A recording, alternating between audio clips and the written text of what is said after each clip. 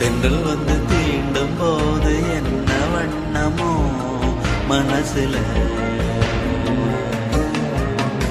திங்கள் வந்து காயும் போது என்ன வண்ணமோ நினப்புல, வந்து வந்து போகுதம்மா எண்ணம் எல்லாம் வண்ணமம்மா,